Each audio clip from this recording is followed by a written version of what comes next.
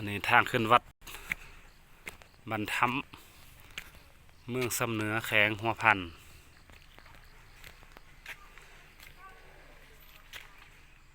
นี่มันเจ้าศรัทธาเนาะถือว่าสร้างต่างคือวันที่10 เดือน 4 2017เนาะเจ้าศรัทธา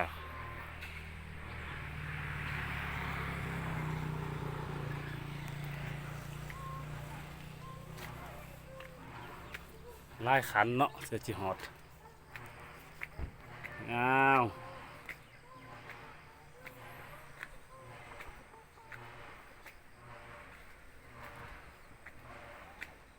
วัดงามงามโอ้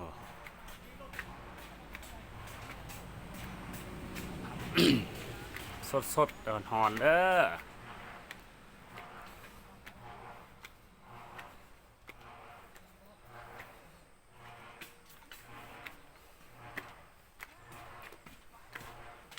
เป็นวัดจะเข้มบานเนาะอยู่ป่า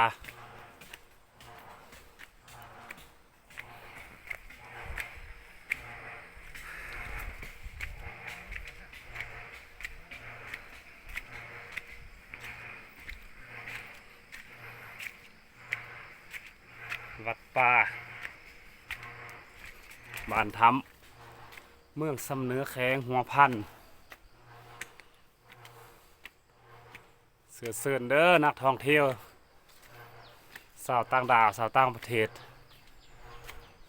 คนลาวเนาะมาเที่ยวชมวัด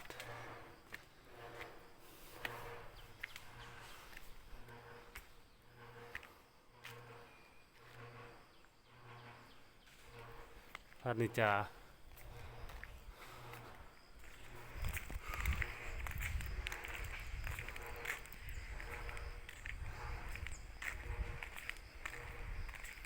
พระอาจารย์หุ่นบอยู่เนาะช่วงนี้เนาะ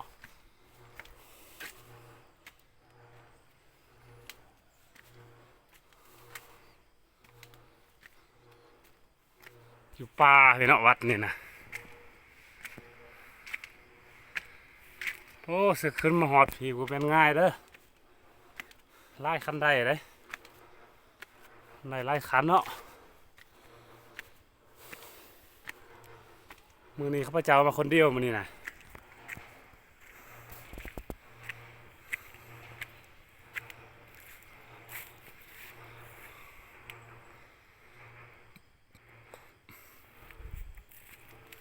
วัดเก่าเกเตบุหานนาการเธอมาซ้อมแซมคืน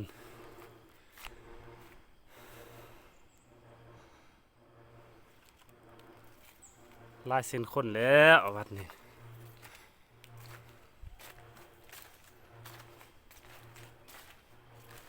ยังมีหูเขาไปเนาะจะไปมีถ้ำเขา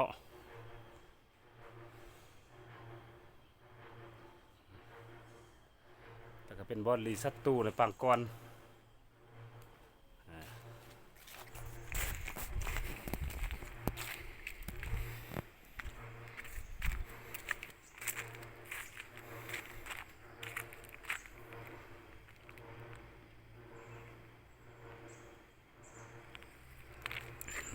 จะย่างลง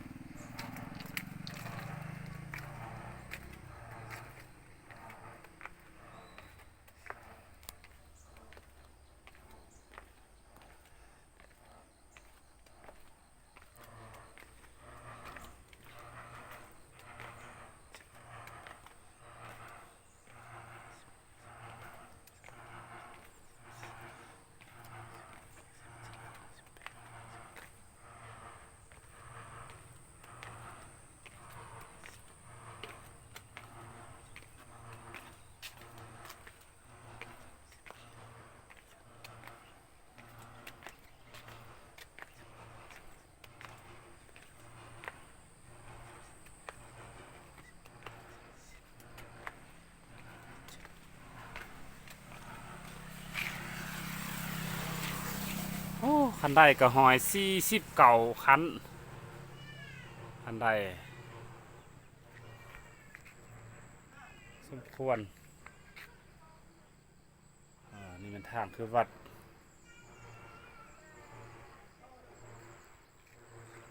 อันนี้บ้านประชาชน